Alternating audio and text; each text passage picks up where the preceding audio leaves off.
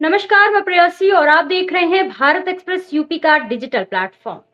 उत्तर प्रदेश की सियासत में 2027 की आहट अभी से सुनाई देने लगी है। विधान परिषद में समाजवादी पार्टी के वरिष्ठ नेता राजेंद्र चौधरी ने तारीख तक तय कर दी है कि 15 मार्च 2027 को अखिलेश यादव मुख्यमंत्री पद की शपथ लेंगे। बजट सत्र के बीच आया ये बयान महज प्रतिक्रिया नहीं बल्कि 2027 के चुनावी रण का औपचारिक शंखनाद माना जा रहा है। ये दावा तब सामने आया जब उप मुख्यमंत्री केशव प्रसाद मौर्य अखिलेश यादव की सुरक्षा से जुड़े सवाल का जवाब दे रहे थे। आपको बता दें कि सुरक्षा की चर्चा से शुरू हुई बात सीधे सत्ता परिवर्तन की भविष्यवाणी तक पहुंच गई है। इसी मुद्दे पर हम यहाँ बातचीत करने के लिए मौजूद हैं। हमारे साथ राजनीतिक विश्लेषक रवि जी और विशाल जी मौजूद हैं। चलिए इस मुद्दे पर बातचीत करते हैं। पहला सवाल मेरा विशाल जी से है। विशाल जी, आपको क्या लगता है कि क्या 2027 में योगी आदित्यनाथ की कुर्सी सच में खतरे में है? और क्या अखिलेश यादव 2022 की बढ़त को 2027 में जीत में बदल पाएंगे?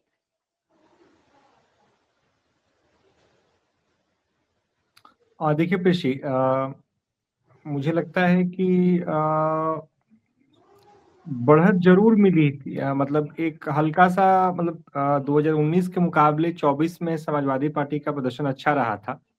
हम्म। और भाजपा का उम्मीदों के अनुरूप प्रदर्शन नहीं रहा था। लेकिन यहाँ पर ध्यान देने वाली बात होगी कि विधानसभा और लोकसभा चुनाव में दोनों में फर्क होता है। जी। अब अब उस फर्क को समझें तो उस समय के मुद्दे कुछ और होते हैं, और यहाँ पर विधानसभा मतलब जो स्थानीय फिर चुनाव होते हैं, राष्ट्रीय और क्षेत्रीय, दोनों अलग अलग हम्म। स्तरों पर दोनों में बड़ा उसमें फर्क होता है। अब दूसरी बात यह है कि जैसे कि हमने अभी पिछली जो हमारी जो बहस जो थी, जो हमने चर्चा की, जिसमें मोहन भागवत जी का आना है ना, और कहा गया कि भाई अगर वहां पे कोई, अगर भाजपा के अंदर कोई मतभेद है, कोई अगर हम्म। गुटबाजी है ना, कुछ मनमुटाव है, तो उसको दूर कर जिसको कहते हैं ना कि आपस में एक मजबूत मतलब एक बहुत ही मजबूती के साथ चुनावी अखाड़े में उतरने की, मतलब सारी दूरियों को पाटने का एक प्रयास के तौर पे भी इस दौरे को देखा गया।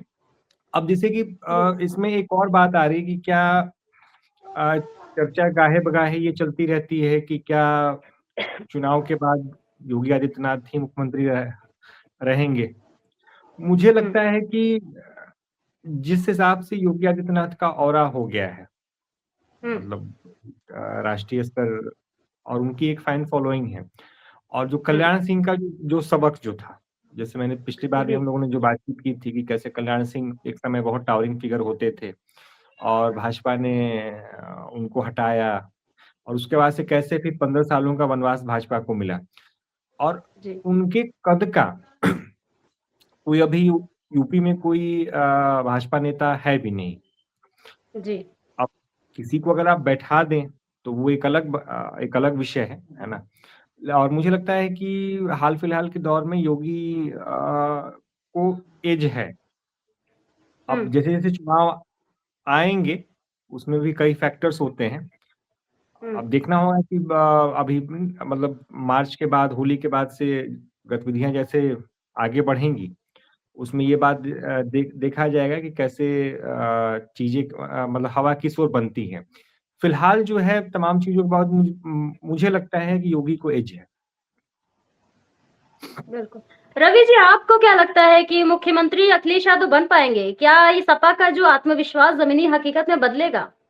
क्या सच में 15 मार्च 2027 को सत्ता परिवर्तन होगा और अखिलेश यादव को मुख्यमंत्री बनाया जाएगा?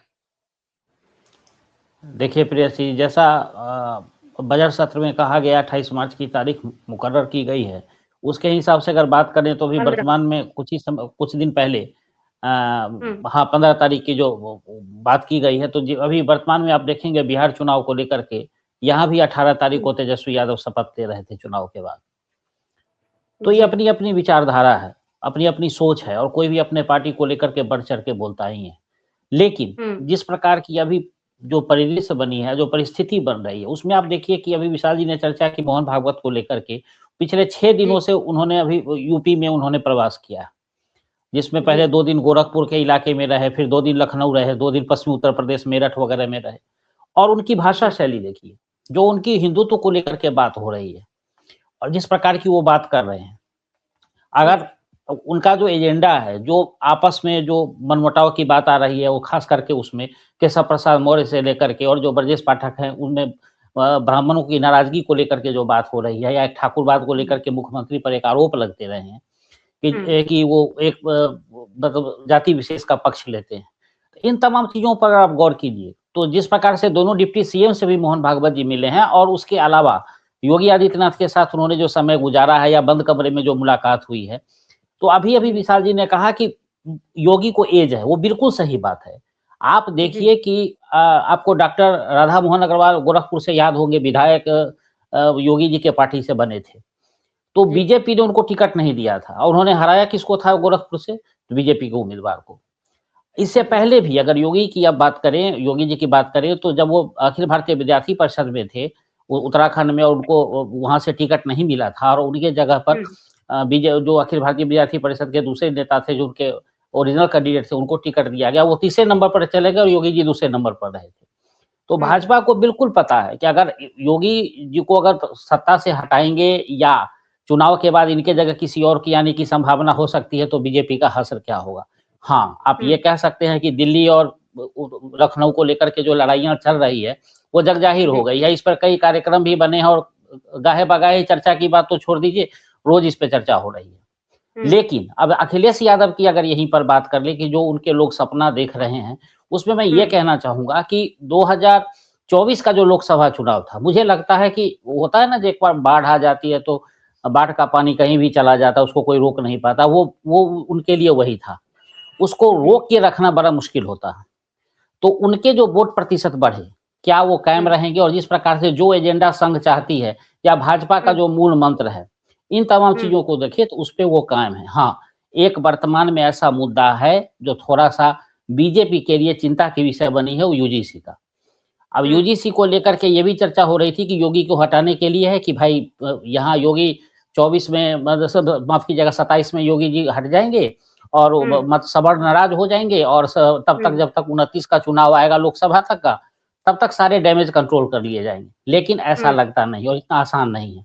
तो मैं कह सकता हूं इसमें कि अभी जो वर्तमान परिस्थिति है उसमें योगी के लिए बिल्कुल सब कुछ सेफ है। जी, अखिलेश यादव मुख्यमंत्री बनेंगे ये तो आने वाला वक्त ही बताएगा, लेकिन ये बयान सिर्फ एक राजनीतिक प्रक्रिया नहीं बल्कि कार्यकर्ताओं में ऊर्जा भरने और विपक्षी खेमे पर मनोवैज्ञानिक दबाव बनाने की रणनीति भी माना जा रहा है।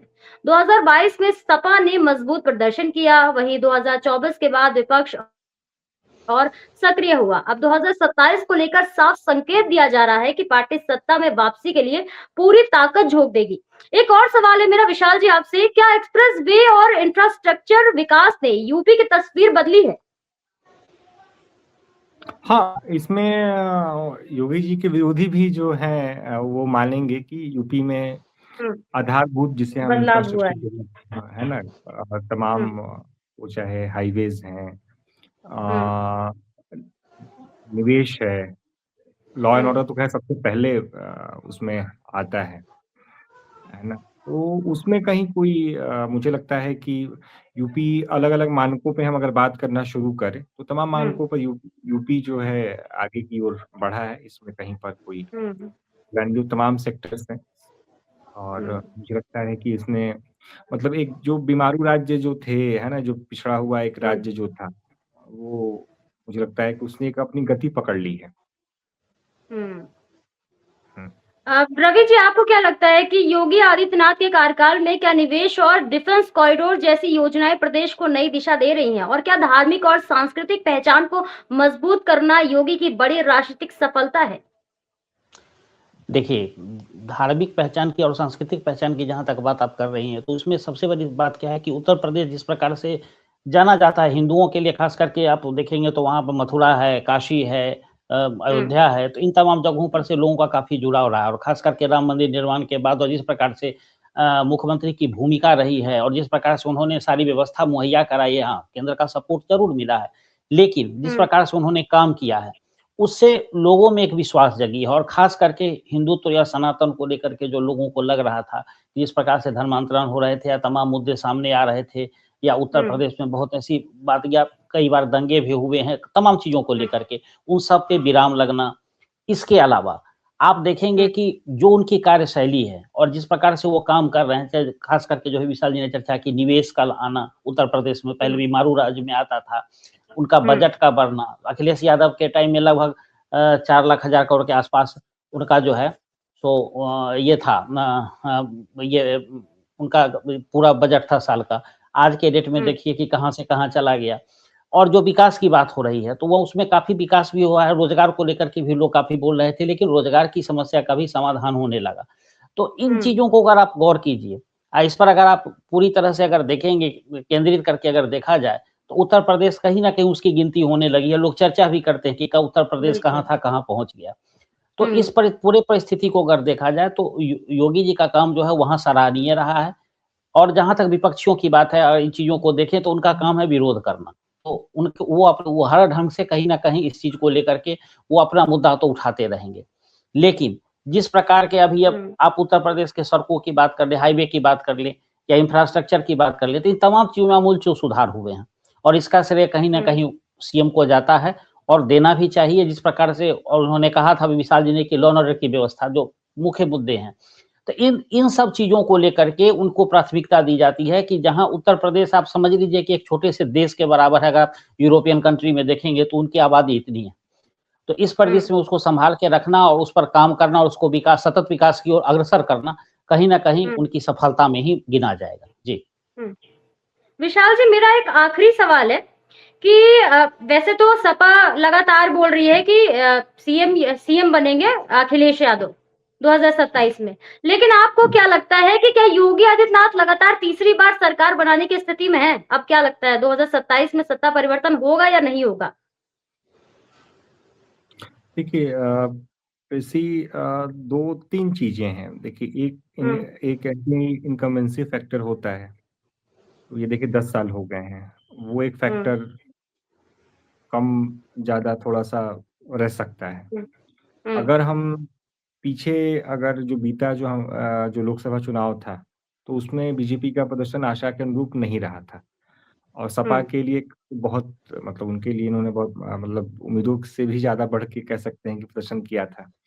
अब इसमें ये है कि देखिए 2-3 बिंदु मेरी समझ में जो भी आ रहे हैं। एक, कहा जा रहा है कि भाई जो ब्राह्मण जो है वो वर्ग मतलब नाराज है, या जो भी है उसके अंदर कुछ मन में है, तो उसे लोग कह रहे हैं कि शायद ये सपा की तरफ जाए, बसपा की तरफ जाए।